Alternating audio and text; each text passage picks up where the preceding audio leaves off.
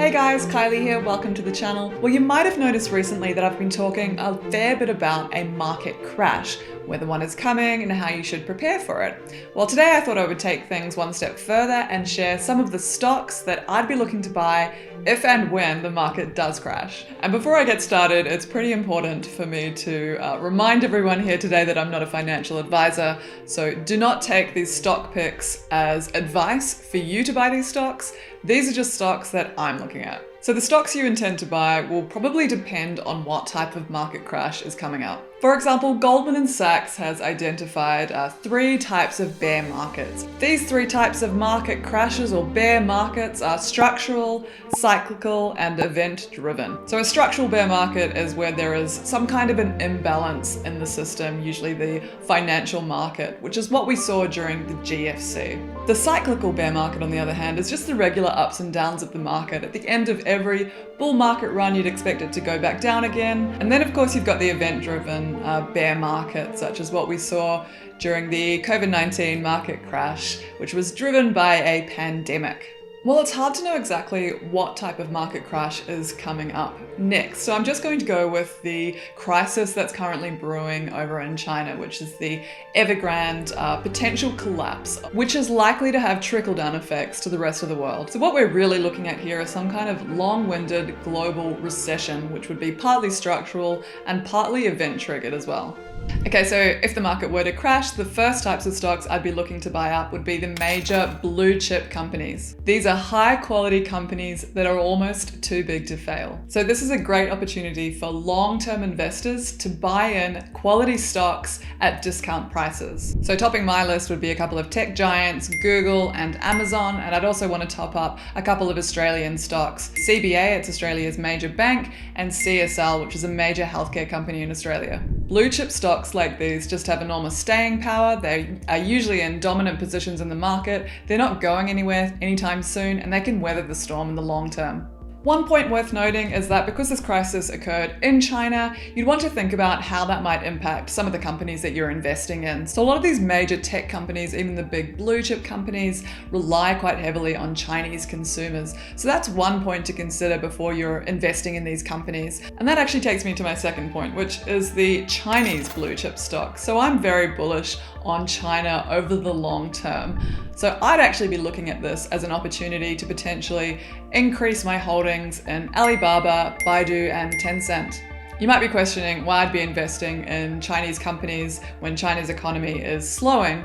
And the answer to that is because I think it would be a very good buying opportunity. And I know I could afford to hold out for a really long time, even as long as, 15, 20 years, I'd be willing to wait. And I'm very confident that by that stage, their share prices will have rebounded back significantly, and I'd expect to see a solid profit on that. Nobody knows the future, but that's what I'd be betting on. Okay, the other stocks I'd be looking to add to my portfolio would be looking to take advantage of shorter term trends. So this would be a way to rebalance my portfolio just for the next couple of years, or however long it takes for the economy to recover. And included on this list are recession-proof stocks. So these are companies that traditionally do well when there is a recession. So, even during a market crash like the GFC, when stocks were going down, these stocks were going up as investors assumed that these stocks would be popular when there is a recession. So the first company that would fall under this category would be Walmart. Walmart is the discount grocery and retail store, and we've already seen that it did really well during the global financial crisis. It was one of the best performing stocks. In fact, when most of the market was going downhill, Walmart actually went uphill by about 20%.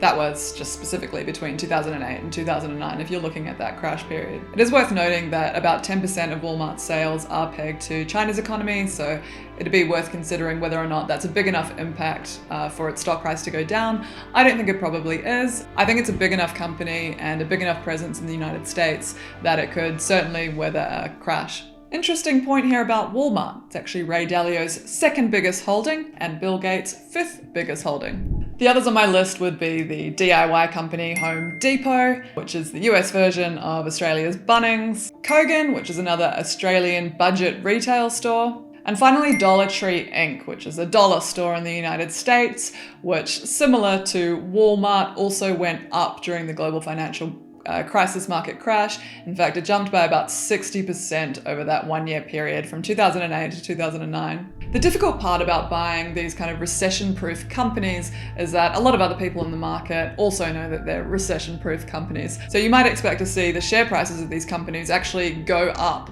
You'd be hoping to buy them as they dipped with the rest of the market, but there is also a possibility that they just start going up. So you have to ask yourself whether or not you'd be willing to buy in during the upswing and hope that they would just continue rising. Other types of companies that tend to do well during a recession are entertainment companies. Entertainment seems to be very important when people are out of jobs. So media companies actually tend to do well during these crises. So the obvious ones here that I'd be hoping to scoop up during a dip would be Netflix and Disney. Pretty obvious, but they're solid companies to invest in anyway, and I think they're a good long-term buy. Next are the defensive stocks, which are similar to the kind of recession-proof stocks that I mentioned before.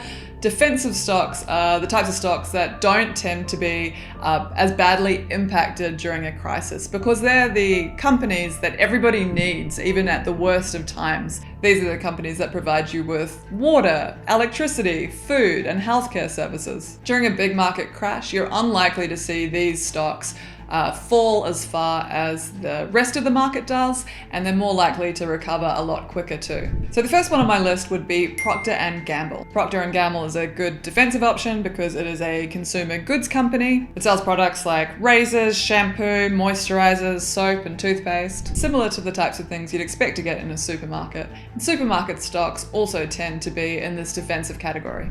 Others on my list here would be Johnson & Johnson, utility and energy provider NextEra, and I'd probably invest in an Australian supermarket company as well, such as Woolworths or Coles. I'd probably go Woolworths, I'm more of a fan. Next on my list would be exchange-traded funds. Aside from stocks, I also invest long-term into exchange-traded funds. For example, an S&P 500 ETF, I invest in the ETHI ETF, which tracks the NASDAQ index. And another option I'd probably look at, which is definitely not for everyone, would be a bear market ETF. A bear market ETF essentially delivers returns as the market goes down. So it's the exact opposite of what you'd expect with a regular ETF. It's a time bomb and I want to short it. You just have to make sure you are really watching what happens with the market and you've set your limit and stop loss orders for this type of ETF, because otherwise you could find yourself in big trouble. And my final point is cryptocurrency. Cryptocurrencies are an emerging asset class, so you'd expect to see during some kind of a crisis, prices would probably go down, but I'd see that as a buying opportunity, particularly among the bigger cryptocurrencies. So I'd see it as an opportunity, for example, to buy Ethereum and Bitcoin, and I'd probably have a look around for some other opportunities there too. So given we're anticipating a global economic slowdown, we'd probably want to consider diversifying away from the stock market to some degree. For example, you could invest in gold. Gold prices always tend to go up when stock prices go down. That's because gold is considered to be a hedge against a market crash or a recession. It's a safe place to keep your money, and so gold prices tend to go up. But you could also, of course, in this case, consider cryptocurrencies, you could consider silver, you could move some of your money into bonds. Well, that's it from me. Overall, a stock market crash is a great time to get into quality companies at discount prices. These are often once-in-a-lifetime opportunities to buy in really cheaply into stocks that are often case too big to fail. Instead of trying to time when the bottom of the market will occur and trying to buy in at that point, it's best just to set a percentage limit as to when you'd want to buy into your list of stocks. For example, you might say, okay, I'm happy to buy in if stock prices fell 10% or 20%. Lock that in and set your limit orders so that these stocks do buy at those prices, and just be prepared for prices to potentially continue falling below that for some time. It's inevitable, that will always happen. There's pretty much no possible way for you to get in at that perfect moment, right at the bottom of the market when prices have just stopped falling. That's as low as they're gonna get.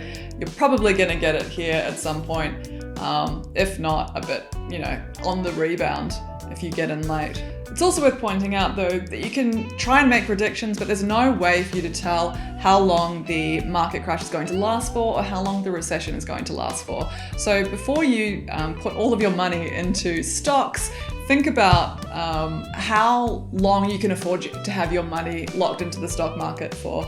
Like if you can only afford to have your money locked in for 2 years, well, it took, Australia 11 years for prices to recover.